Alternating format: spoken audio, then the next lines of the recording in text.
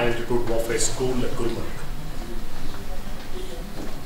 In addition, after these few opening remarks of mine, I will request the expedition leader, Colonel Kumar A. Kumar, to just give out a small brief on this particular expedition, and I'm sure these details will be of tremendous interest to you all.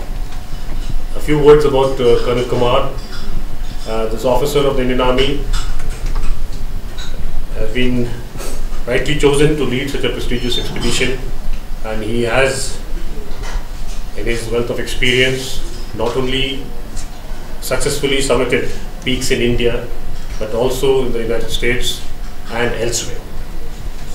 So from our side, from the military side, and the embassy side, we wish this particular expedition all the best and Godspeed. We'll be covering my talk in following steps.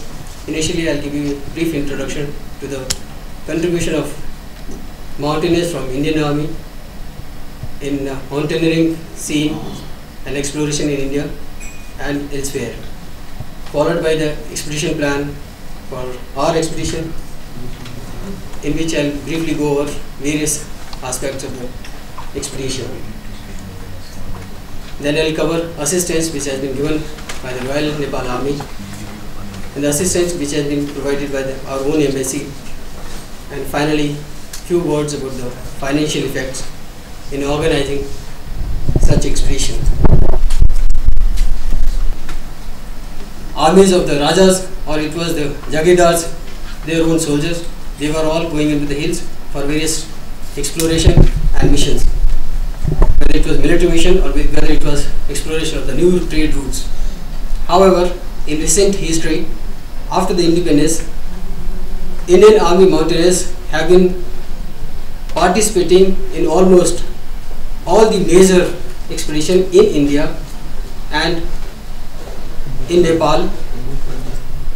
Now, expedition team, we had planned that it will comprise of 12 climbing member, 8 support member, and 10 Sherpas to be hired in Nepal only. Expedition team comprises of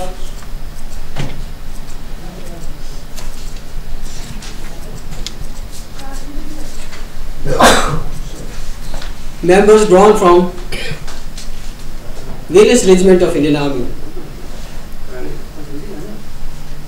and Adam support team also is a combination of officer and engineers drawn from various regiments of the Indian Army.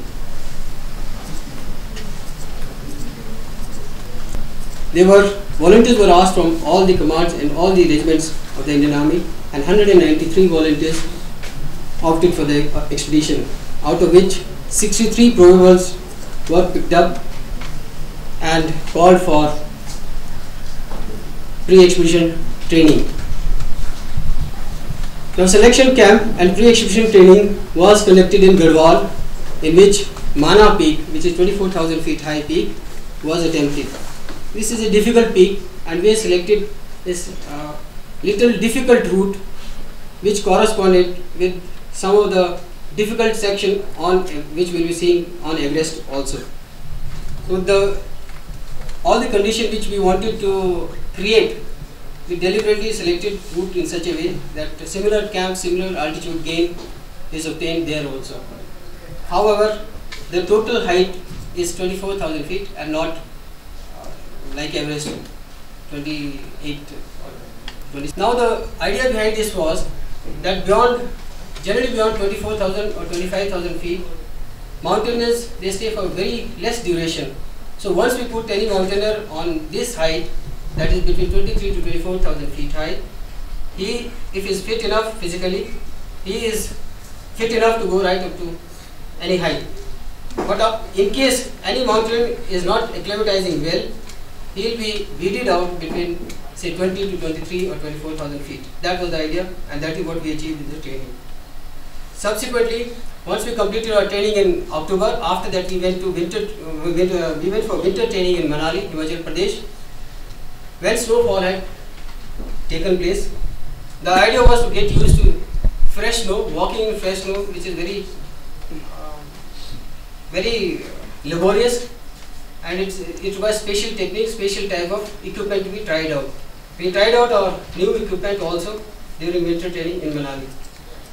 Winter training finished by end of January, and February we reached back Delhi to do the actual planning, actual preparation for the expedition. From Kathmandu to Jiri, which is our roadhead camp, we will be going by road.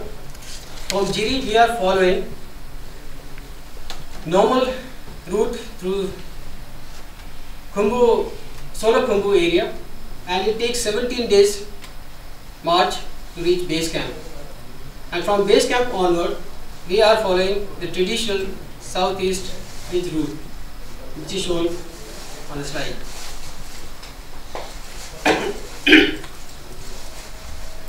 As a bit of additional information, Camp 1 is approximately around 21,500 feet. Camp 2 is 22,000 plus. Camp 3 is 24,000 plus. And Camp 4 at South Col is 25,000 plus. Beyond this, there is no camp. That's the last summit camp is South Col, that Camp 4.